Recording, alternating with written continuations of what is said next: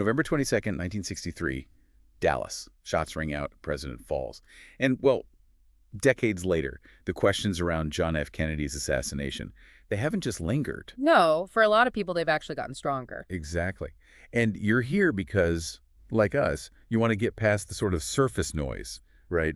Understand the core arguments that keep people doubting that official lone gunman story. Absolutely. We're not going to rehash every single theory out there. The idea is to focus on the really compelling points, the ones suggesting maybe a cover-up. And our guide for this is historian Dr. Victor Hawthorne, his book Veils of Dallas, and a recent interview he did. Right, in the Global Inquirer. It gives a really potent view on why this conspiracy idea just won't go away. So our mission today is to dig into his key arguments, understand why so many people feel like, the whole story just hasn't come out. Let's do it. Okay, so Hawthorne's starting point is that the assassination itself, it wasn't just a tragedy. It fundamentally broke public trust. Yeah. He felt the Warren Commission's report, the official explanation, one guy, Oswald, 3 shots, it just seemed, Too neat. Too polished was his phrase. Too simple for something so chaotic, so horrific. It left this feeling that things were hidden. And that's not just a fringe idea, is it? Not at all. He points to that 2017 poll. 61% of Americans believing in a conspiracy. That's huge. Wow, 61%. That's a majority. Still believing something else happened. It really is. It spans generations. It tells you that for most people, the official story just hasn't answered the fundamental questions. What felt so wrong about that first report? Right. And Hawthorne starts picking that apart by looking at Lee Harvey Oswald himself. And this is where, it gets really interesting. Okay. This guy who defects to the Soviet Union. Right, at the height of the Cold War. Calls himself a Marxist. But then, somehow, he gets back into the U.S. pretty easily. Which was unusual, to say the least. And you find these links, maybe tenuous, but links nonetheless, to both pro-Castro and anti-Castro groups. And the intelligence agencies knew about him. Oh, yeah. He's on the radar of the CIA, the FBI. And then, just weeks before the motorcade road is announced, Let me guess. he lands a job at the Texas School Book Depository, right along the planned route.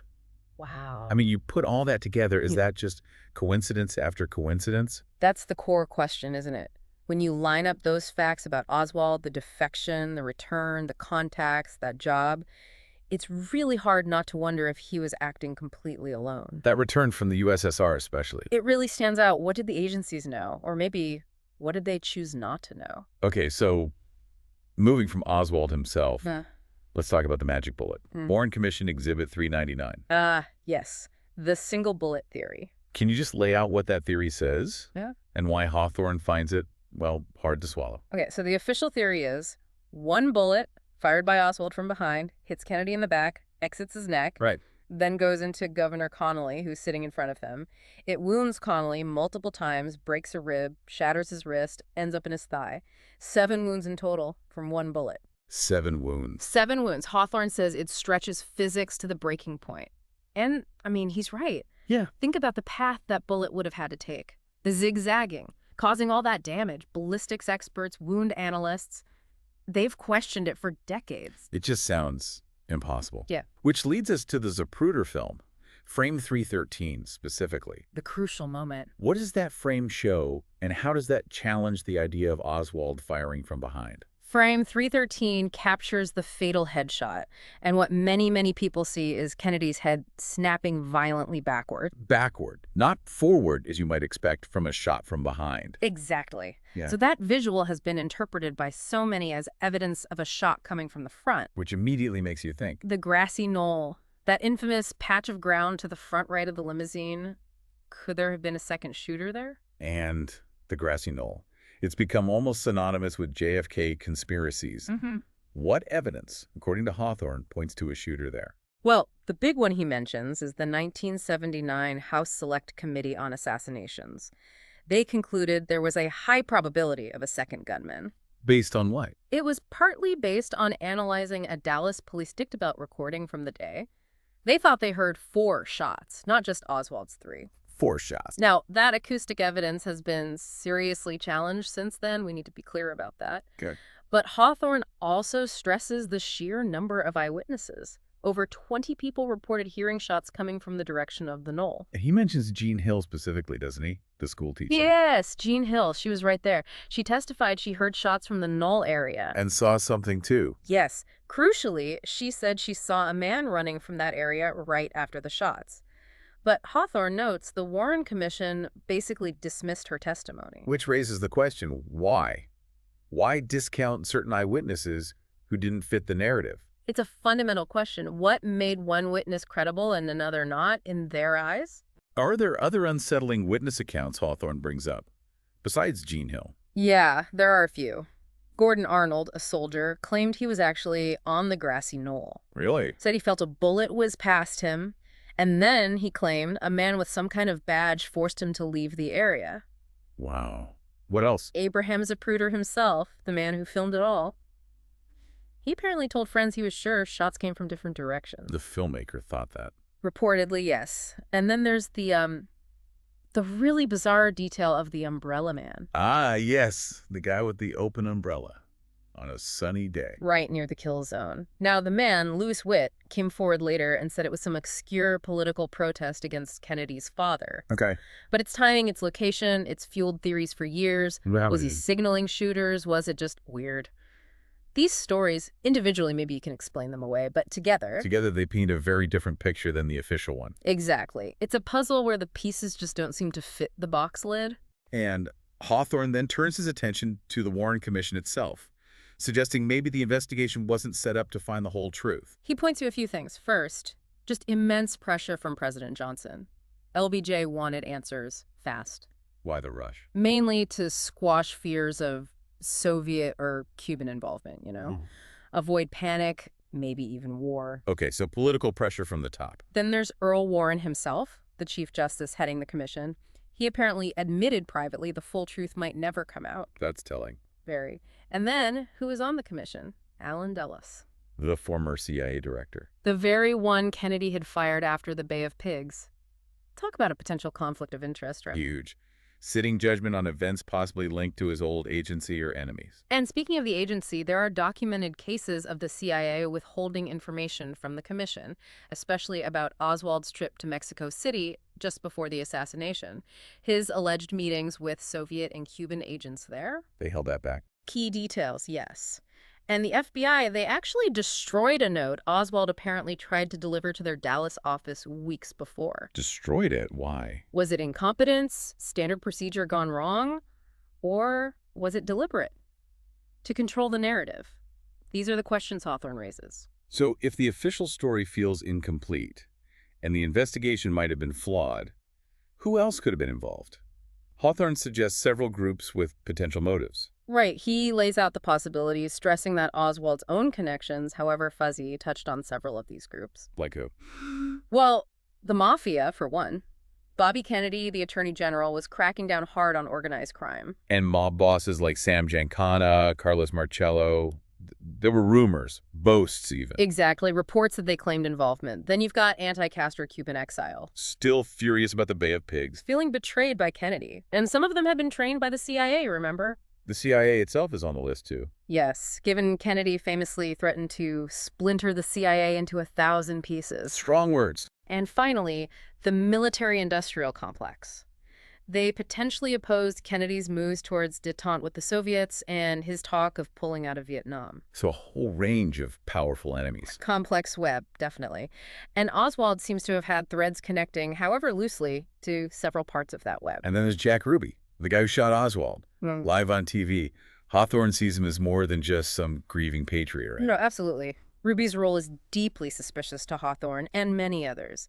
This nightclub owner, known mob ties, known connections to Dallas police. He just happens to get into the police basement and shoot Oswald. Exactly. 2 days after the assassination, silencing the prime suspect, his claimed motive grief for Jackie Kennedy just rings hollow for so many. Especially when you find out that he'd apparently been stalking Oswald, trying to find him for those 2 days. And declassified phone records later showed calls between Ruby and known mafia figures right before the assassination and before he shot Oswald. Calls to the mob. Yeah. So the Warren Commission concluding Ruby was just another lone wolf. Hawthorne questions that forcefully. The timing, the connections. It's just too convenient for the official story. Or maybe too inconvenient. Okay, let's talk about the files. Thousands and thousands of pages declassified over the years. What are some of the big takeaways Hawthorne points to?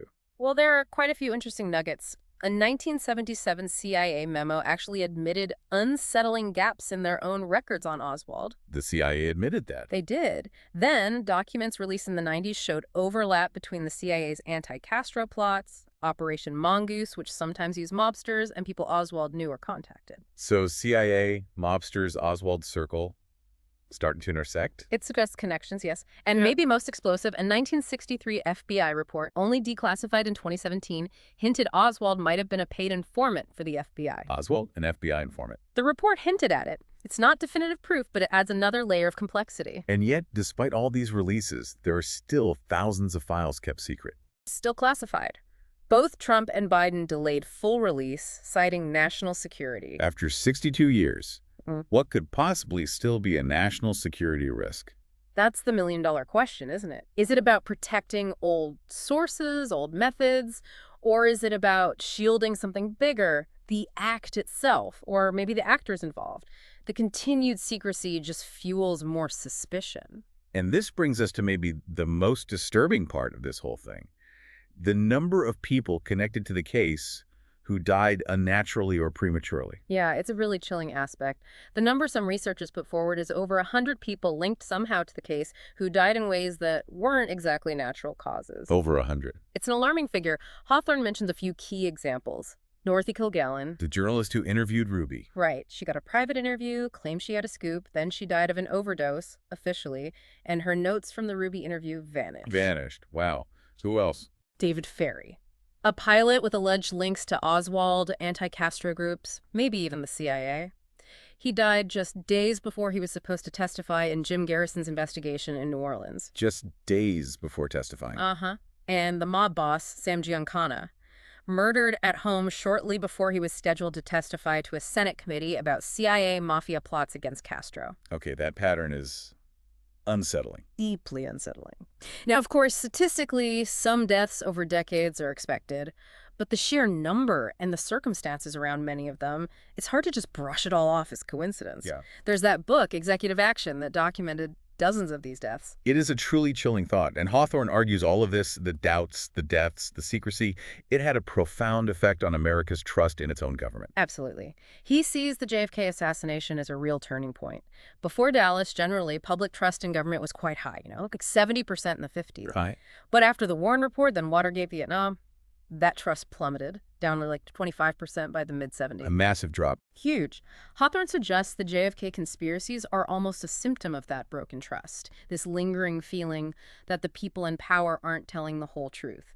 And you can arguably see echoes of that distrust in reactions to later events too, like 9/11 or even COVID. It set a precedent for skepticism, perhaps. You could certainly argue that. So, if Hawthorne could wave a magic wand and unseal just one file, one key piece of information, what does he think might unlock this whole thing? He points directly to the CIA's file on a man named George Joannides, Joannides. Okay, who have you?